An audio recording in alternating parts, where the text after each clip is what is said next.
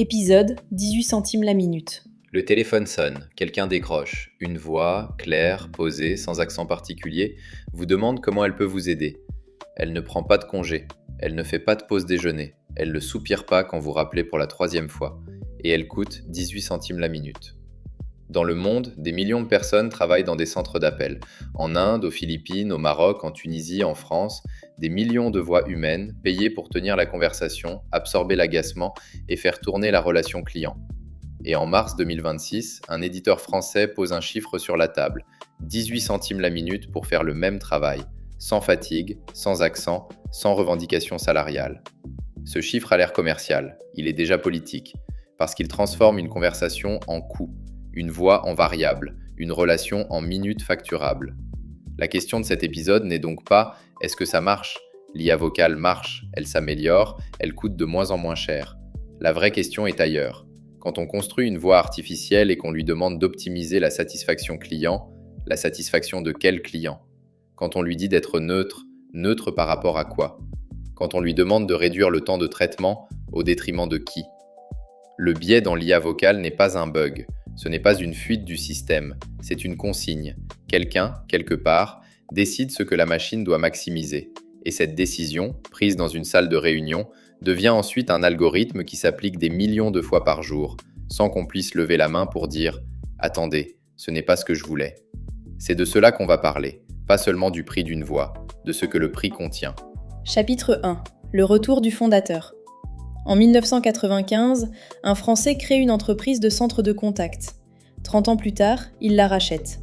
Et au premier salon venu, il propose de mettre 1000 agents IA en concurrence avec des voix humaines. L'histoire commence en 1995. Anthony Diniz fonde Vocalcom. Dans les portraits de presse professionnels, il apparaît moins comme un manager de passage que comme un fondateur de produit. Quelqu'un qui a passé des années à construire des outils de centre de contact dans la tradition du prédictif d'appel et des grandes mécaniques de téléphonie commerciale. Pas encore de grands modèles de langage, pas encore d'agents vocaux, pas encore de cette idée étrange qu'une voix pourrait devenir un logiciel comme un autre. Pendant 30 ans, l'entreprise s'installe, 38 pays, plus de 1400 clients selon les communications relayées autour du groupe. SFR, Téléperformance, Deutsche Bahn, Armatis, Intelsia, Concentrix. Dans la presse métier, Vocalcom devient un acteur reconnu, particulièrement fort dans l'appel sortant. Il faut ajouter ici un détail important. Diniz n'est pas seulement resté lié à Vocalcom, il a aussi cofondé Opportunity, un autre outil du secteur dans l'univers du CRM et de la relation client. Autrement dit, on n'a pas affaire à un fondateur revenu de loin par nostalgie. On a affaire à quelqu'un qui a passé l'essentiel de sa vie professionnelle dans les infrastructures de la relation client. Mais pour comprendre vraiment la scène, il faut ajouter un étage de plus. Diniz n'a pas simplement créé Vocalcom puis attendu 30 ans. Le capital s'ouvre, plus tard, Opportunity est séparé de Vocalcom et Diniz s'y renforce avec son équipe. Il n'a donc pas disparu du secteur, il est resté dans la machine. Puis l'entreprise change de place, changement de dirigeant, réorganisation. En 2023, Nicolas Mestierski, ancien directeur financier, devient directeur général puis CEO. La société affiche alors une ambition classique, accélérer la croissance, renforcer les partenariats, investir en recherche et développement. Rien en apparence qui sorte de la grammaire habituelle de la tech B2B. Et puis fin 2025, le scénario change de nouveau. Anthony Diniz revient et reprend Vocalcom avec un club d'investisseurs parmi lesquels Olivier Duhat, ex-Webhelp. Dit autrement, le fondateur récupère l'entreprise qu'il avait créée après des années de circulation du capital et de réorganisation industrielle. Ce détail compte, parce qu'on n'est pas ici dans un simple retour sentimental du fondateur. On est dans un secteur entier qui sent que quelque chose bascule. Selon des informations relayées dans la presse professionnelle, Vocalcom réalise en 2024 plusieurs dizaines de millions d'euros de chiffre d'affaires avec une légère croissance. Ce n'est pas un géant mondial, et ce n'est précisément pas le point. Le point, c'est qu'une entreprise française de taille encore lisible estime que le bon moment pour se réinventer, c'est maintenant, et que cette réinvention passe par l'IA vocale. Au salon All for Customer de Paris, au printemps 2026, Vocalcom vient donc montrer autre chose qu'un logiciel de centre de contact. L'entreprise promet une plateforme AI First, des agents capables de prendre un appel, d'en comprendre le motif, puis d'orienter ou de documenter la suite. Et autour de cette démonstration, un ordre de grandeur circule. 1000 agents IA disponibles, branchables sur les grands environnements du secteur. Avaya, Genesys, Diabolocom, Infocom, Odigo.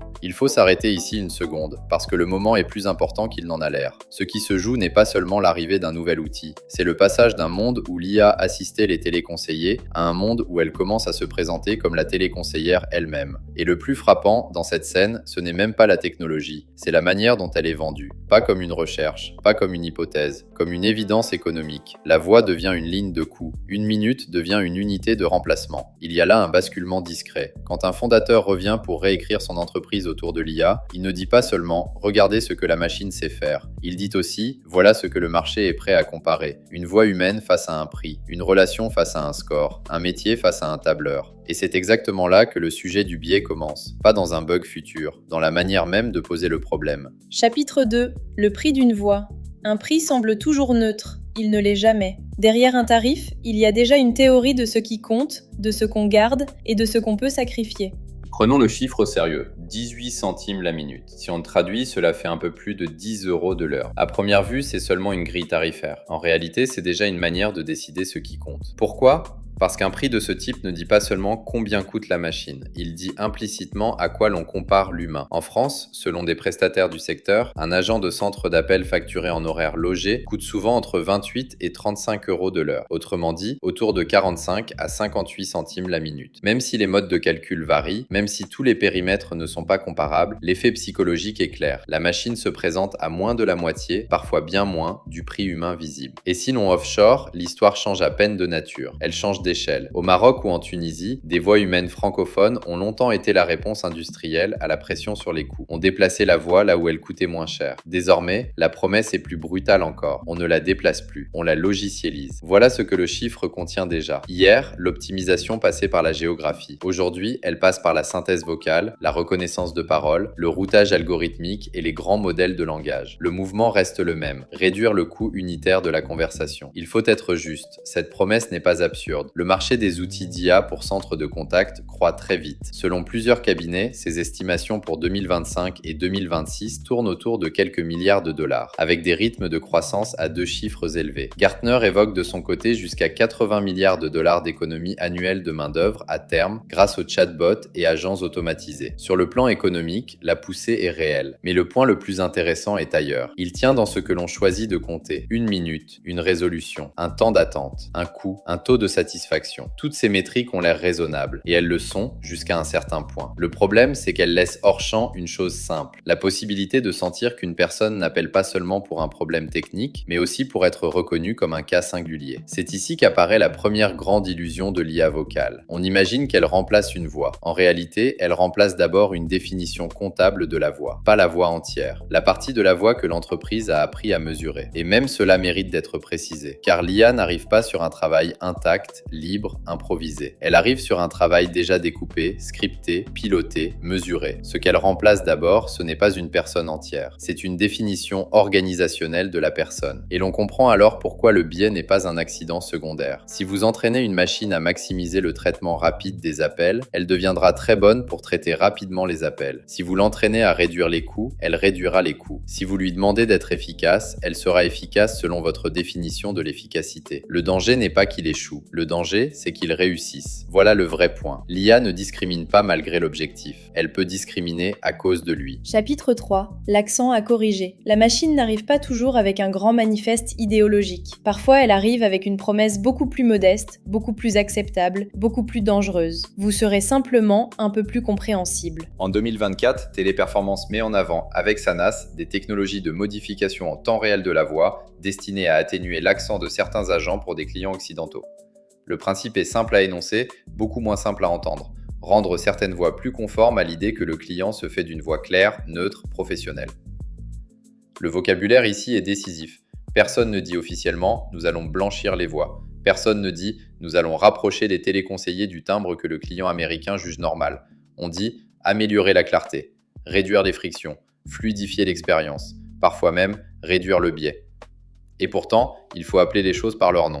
Si votre solution au biais anti-accent consiste à effacer l'accent, vous n'avez pas supprimé le biais, vous l'avez pris pour norme. Vous avez dit à la machine, le problème n'est pas le préjugé du client, le problème, c'est la voix du salarié. Dit autrement, on ne corrige pas l'écoute du client, on corrige la personne écoutée. C'est une scène extraordinairement révélatrice. Pendant des décennies, l'économie mondiale a construit une industrie entière sur la disponibilité de millions de travailleurs indiens anglophones. Puis, une fois cette infrastructure en place, elle a décidé que leur voix naturelle restait encore trop visible, trop située, trop identifiable. Alors on a interposé un algorithme entre eux et le client. Il faut être précis, l'argument commercial n'est pas entièrement faux. Oui, certains appels deviennent plus fluides si la compréhension mutuelle s'améliore. Oui, les outils de traitement du bruit ou de stabilisation vocale peuvent aider. Oui, une partie des gains revendiqués relève sans doute d'une efficacité réelle. C'est précisément pour cela que le sujet est difficile. Le problème n'est pas un mensonge grossier. Le problème est un glissement moral caché dans une amélioration opérationnelle. Et ce glissement est presque parfait du point de vue du biais IA, parce qu'il montre comment un système apparemment neutre incorpore une préférence humaine très particulière. Quel accent paraît professionnel ? Quel accent paraît rassurant ? Quel accent paraît compétent ? Il n'existe aucune réponse naturelle à ces questions. Il n'existe que des hiérarchies culturelles, devenues si familières qu'elles finissent par ressembler à des évidences techniques. On pourrait dire, ce n'est qu'un détail de voix. Ce serait une erreur. La voix est un marqueur social extrêmement dense. Elle porte l'origine, la classe, la région, l'âge, parfois le genre, souvent la place qu'on vous assigne avant même d'avoir entendu ce que vous dites. Quand une IA se met à polir la voix, elle ne corrige pas seulement un signal acoustique, elle intervient dans la distribution sociale de la crédibilité. Voilà le renversement. On a présenté ces outils comme une manière de réduire le biais. En pratique, ils réduisent d'abord l'accent visible, et ce n'est pas la même chose. Chapitre 4. Qui mérite un humain ? Tous les clients ne sont pas traités de la même manière. Cela existait avant l'IA. Ce qui change, c'est la vitesse, l'échelle et le silence avec lesquels cette hiérarchie peut désormais s'appliquer. Dans la relation client automatisée, le biais ne passe pas seulement par la voix, il passe aussi par le tri. Qui obtient un agent senior, qui reste bloqué dans l'arbre vocal, qui est rappelé vite, qui attend, qui est jugé rentable, qui est jugé coûteux. Les fournisseurs du secteur parlent ici de routage intelligent. L'expression sonne bien, elle cache parfois une question beaucoup plus rugueuse, qui mérite un vrai humain ? Regardons les mécanismes. Certains systèmes orientent les appels selon la valeur du client. En langage simple, plus vous rapportez, plus vous êtes susceptible d'être redirigé vers le meilleur traitement. D'autres croisent l'historique, la probabilité de départ, le niveau d'émotion détecté dans la voix, la complexité estimée de la demande. Un client perçu comme frustré peut être envoyé vers un agent plus expérimenté. Un autre, jugé simple, standard, peu rentable, sera laissé à l'automate plus longtemps. Chacun de ces choix semble raisonnable, pris isolément. Ensemble, ils dessinent autre chose, une politique de distribution de l'attention. Là encore, il faut être honnête, les entreprises n'ont pas attendu l'IA pour hiérarchiser leurs clients. Les banques, les télécoms, l'assurance, le luxe, l'énergie, tous ont depuis longtemps des segments premium, des fils prioritaires, des équipes de rétention, des scripts différents selon la valeur. L'IA n'invente pas cette inégalité. Ce qu'elle invente, ou plutôt ce qu'elle industrialise, c'est sa granularité, son opacité, son automatisation en temps réel. Hier, la hiérarchie pouvait encore dépendre d'une organisation visible, parfois contestable, parfois maladroite. Aujourd'hui, elle peut devenir un score. Et un score a une propriété redoutable. Il donne à une préférence politique l'apparence d'un calcul objectif. Imaginons un système entraîné sur une consigne simple, maximiser la rétention des clients à forte valeur et réduire le coût moyen de traitement. Rien de délirant. C'est le genre de phrase qu'on peut prononcer en comité de direction sans faire lever un sourcil. Mais regardez ce qu'elle contient déjà. Elle contient l'idée que certains appels valent plus que d'autres, que certaines colères méritent davantage d'écoute, que certains clients justifient la présence humaine et que d'autres peuvent se contenter d'une simulation suffisamment correcte. Le biais ici n'est pas un parasite du système, il est sa structure même. Et l'effet le plus important n'est pas seulement côté client, il est aussi côté salarié. Si les appels complexes, les cas tendus, les personnes âgées, les accents difficiles, les situations socialement plus fragiles sont distribués différemment, alors la charge émotionnelle du travail humain change elle aussi. L'algorithme ne répartit pas seulement des appels, il répartit la difficulté, la patience requise, la violence potentielle, la fatigue. On parle beaucoup de l'IA qui remplace, on parle moins de l'IA qui trie. Or, dans un centre de contact, trier vaut déjà gouverner. Parce que ce qui se distribue ici n'est pas seulement du temps de travail, c'est aussi une forme de dignité relationnelle. Qui a droit à un humain? Qui a droit à la nuance? Qui a droit à être traité comme un cas singulier? On peut résumer le problème ainsi. L'IA ne crée pas la discrimination dans les call centers, elle la rend plus efficace, plus rapide et infiniment moins contestable. Parce qu'une fois qu'elle a pris la forme d'un score, il devient très difficile de dire « ceci est un choix moral et pas seulement un calcul ». Chapitre 5. Les voies offshore. On a d'abord déplacé la voie vers des pays où elle coûtait moins cher. Maintenant, on apprend à la supprimer sans la déplacer. Et dans cet entre-deux, des centaines de milliers de personnes comprennent que l'histoire peut recommencer sans elle. Pour comprendre la violence silencieuse de ce marché, il faut regarder au sud de la Méditerranée. Au Maroc comme en Tunisie, le secteur des centres d'appel représente des dizaines de milliers d'emplois, avec une forte dépendance au marché français selon la presse économique et professionnelle. Dans les deux cas, une partie massive de l'activité dépend de clients français. Ce modèle, on le connaît, la France externalise. Des entreprises cherchent une main-d'œuvre francophone, moins chère, disponible, formée à la relation téléphonique.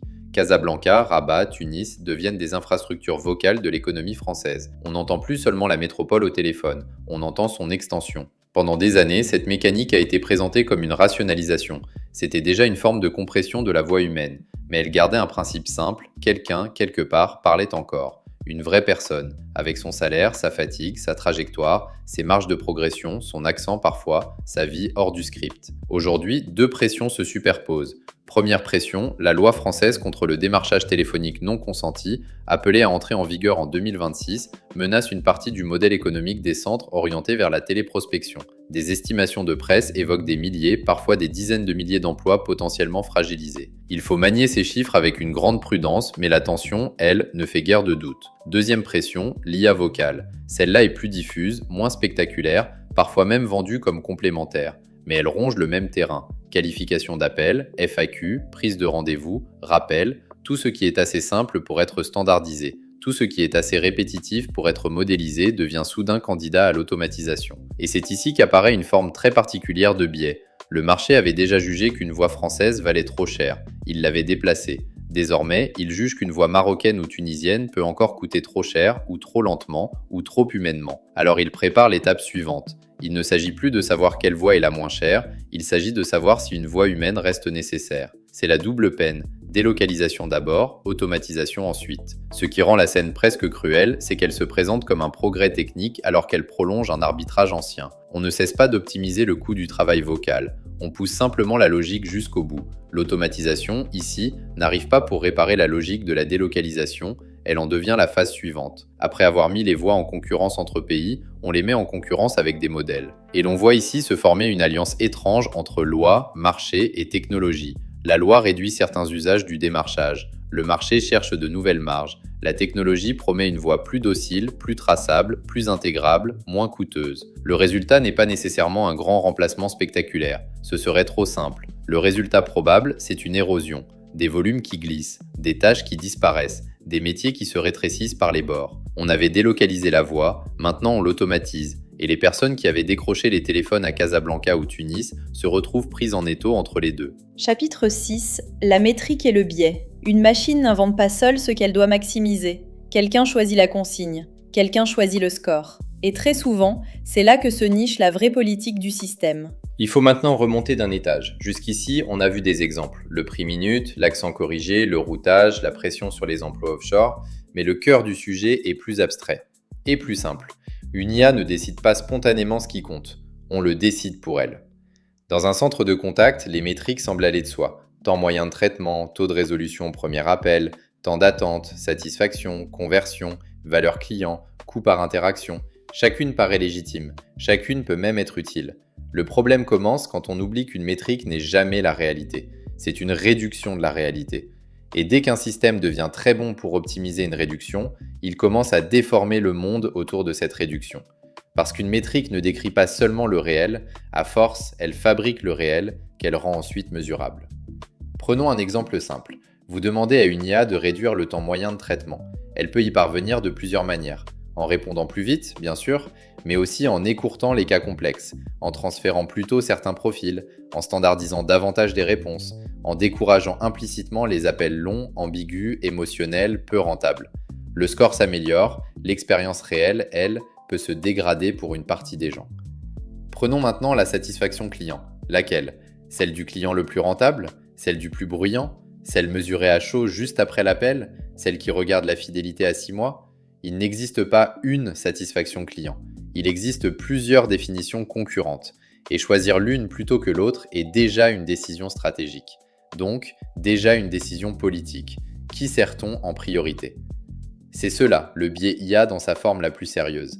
Pas un robot qui se met soudain à détester une catégorie de personnes, pas une erreur grotesque, beaucoup plus banale, beaucoup plus puissant. Un tableau de bord raisonnable, composé de chiffres plausibles, qui finit par produire des effets socialement très inégaux parce qu'il a oublié de demander ce qu'il laissait hors champ. Et c'est là que l'épisode rejoint quelque chose de plus large que Vocalcom. Dans tous les systèmes d'optimisation, le danger n'est pas seulement que la machine fasse n'importe quoi. Le danger est qu'elle fasse exactement ce qu'on lui a demandé, alors même qu'on a mal posé la question. On retrouve ici une vieille leçon de la technologie contemporaine. Si vous choisissez mal le proxy, la machine devient extraordinairement efficace à maximiser la mauvaise chose. Dans un centre d'appel, cette mauvaise chose peut prendre 1000 formes discrètes. Un accent gommé pour rassurer les bons clients, un appel compliqué relégué parce qu'il plombe la moyenne, un client peu rentable laissé plus longtemps dans l'automate, un salarié humain chargé des cas que la machine n'a pas voulu et donc exposé à une concentration croissante de tension. Ce qui remonte alors vers l'humain, ce n'est plus d'abord l'exécution, c'est le jugement. Qui choisit les métriques ? Qui arbitre entre coût, équité, confort, réputation, qualité réelle, accessibilité pour les publics fragiles ? Qui décide qu'un gain de quelques centimes vaut telle dégradation invisible ?